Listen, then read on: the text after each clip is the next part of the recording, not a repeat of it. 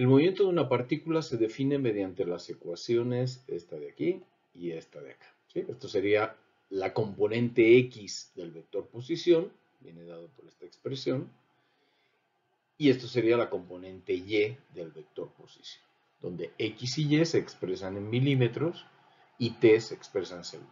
Hay que determinar la velocidad y la aceleración cuando T vale 1 segundo y cuando T vale 2 segundos. Bueno, primero definamos las unidades que vamos a utilizar durante todo el desarrollo. Esto es importante porque así no tenemos que estar indicando en cada uno de los pasos las unidades. Y es importante que lo señalemos explícitamente aquí arriba. O sea, no es de que, ay, voy a usar milímetros, ¿no? Y segundos, y ya, y así lo dejo. No, no, no. Es bueno escribirlo y remarcarlo para que nunca se nos olvide en el desarrollo del problema y que si alguien lo tiene que revisar, también tenga que revisar la memoria de cálculo del proyecto que estén haciendo, etcétera, tengan muy claro qué es lo que están haciendo.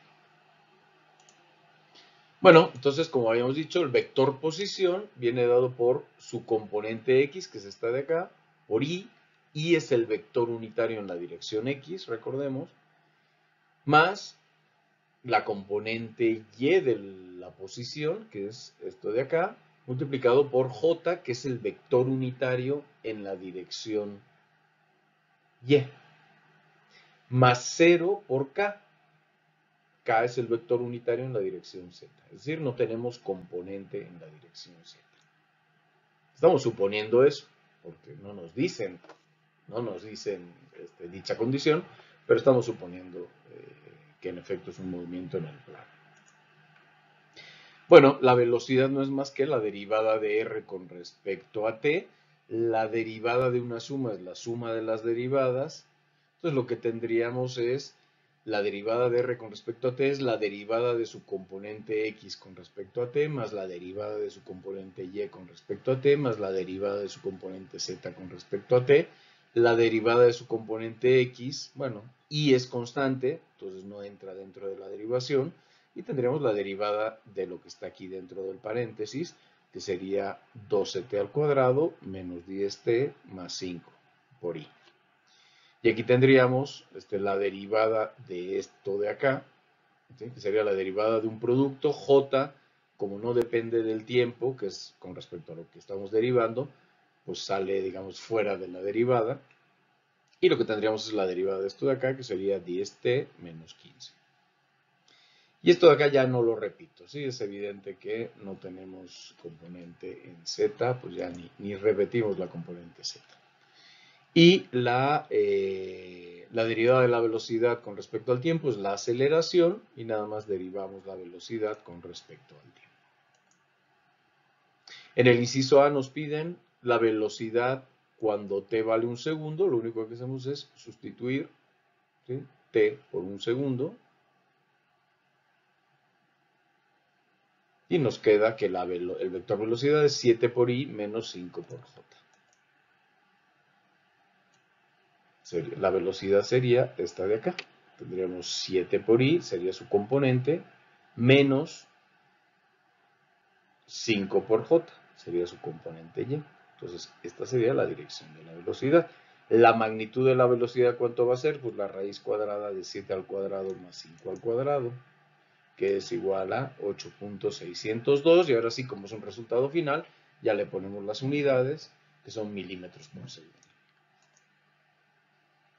Y el ángulo, digamos, al cual está este vector velocidad, es este ángulo θ, que es el arco tangente de 5 entre 7, que es 35.54 grados en dirección de las manecillas del reloj.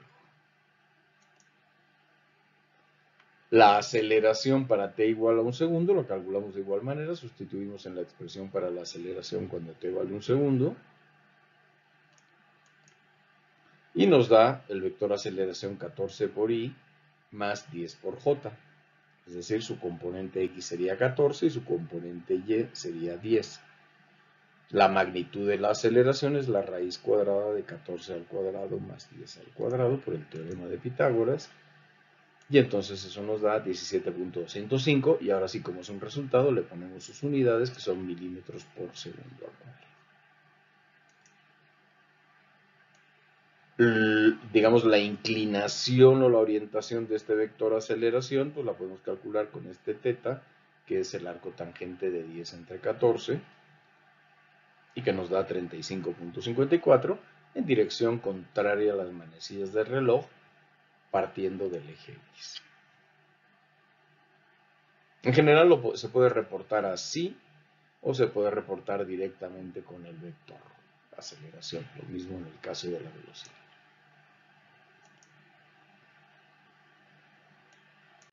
Bueno, el inciso B nos piden lo mismo, pero para 2 segundos, pues es totalmente análogo.